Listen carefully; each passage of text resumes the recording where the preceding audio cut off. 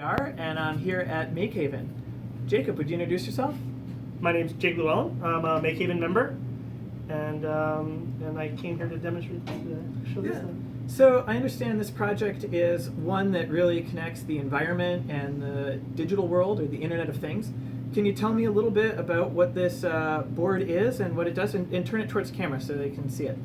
So yeah, basically I'm working with a good friend of mine, Shaw Selby, and we're using this board, which is a collection of sensors, to monitor water quality in the Okavango River Delta in northern Botswana.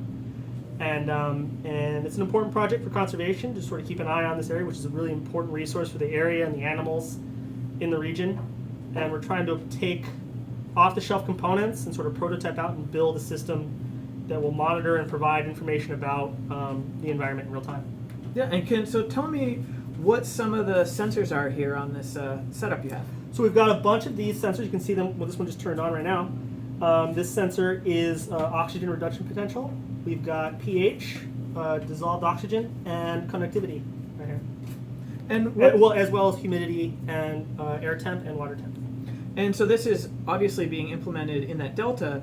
Is there application elsewhere? How are you sharing what you learned? So it's all open source. All the software for this, all the components you can buy online, and the idea is to make something that can be exported and used in as many environments as possible.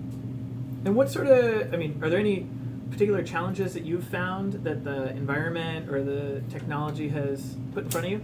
Well, we've got obviously certain power constraints. We're going to run off solar. Communications is a problem. This is an area of the world that doesn't have really obvious, easy ways to communicate. So we're taking advantage of things like solar, things like satellite, and in some cases, Wi-Fi when we're lucky enough to have it. Mm-hmm. And so building something that can run, for a long period of time in harsh environments. If we're trying to protect it as much as possible with cases from the elements, and sort of ensure that some stampeding buffalo rhino doesn't knock it over or something.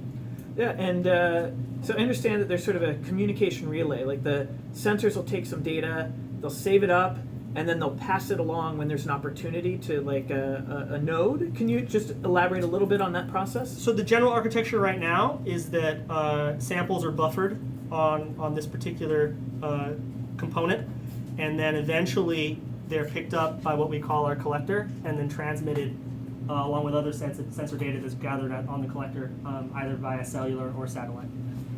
So we get a certain amount of resiliency. Things don't need to be always available. We can tune the uptime of this to conserve battery and power and that kind of thing, and keep on a budget. And so it's sort of and that's just the way it's evolved. This is a project that's evolving year after year after year, and every year we get better and better at it. Great. Well, so what would people Google or look for if they wanted to volunteer, donate, just learn more about it? I would say if they Googled Into the Okavango, that's probably one of the most interesting things. It's a big expedition. It's not just the tech here. There's a lot of people involved who don't mind much about the tech, but there's other things going on. And then there's also Conservify, which is my good friend's organization, which is spearheading this sort of effort to bring this technology to bear on future expeditions. Great. Thank you, Jacob.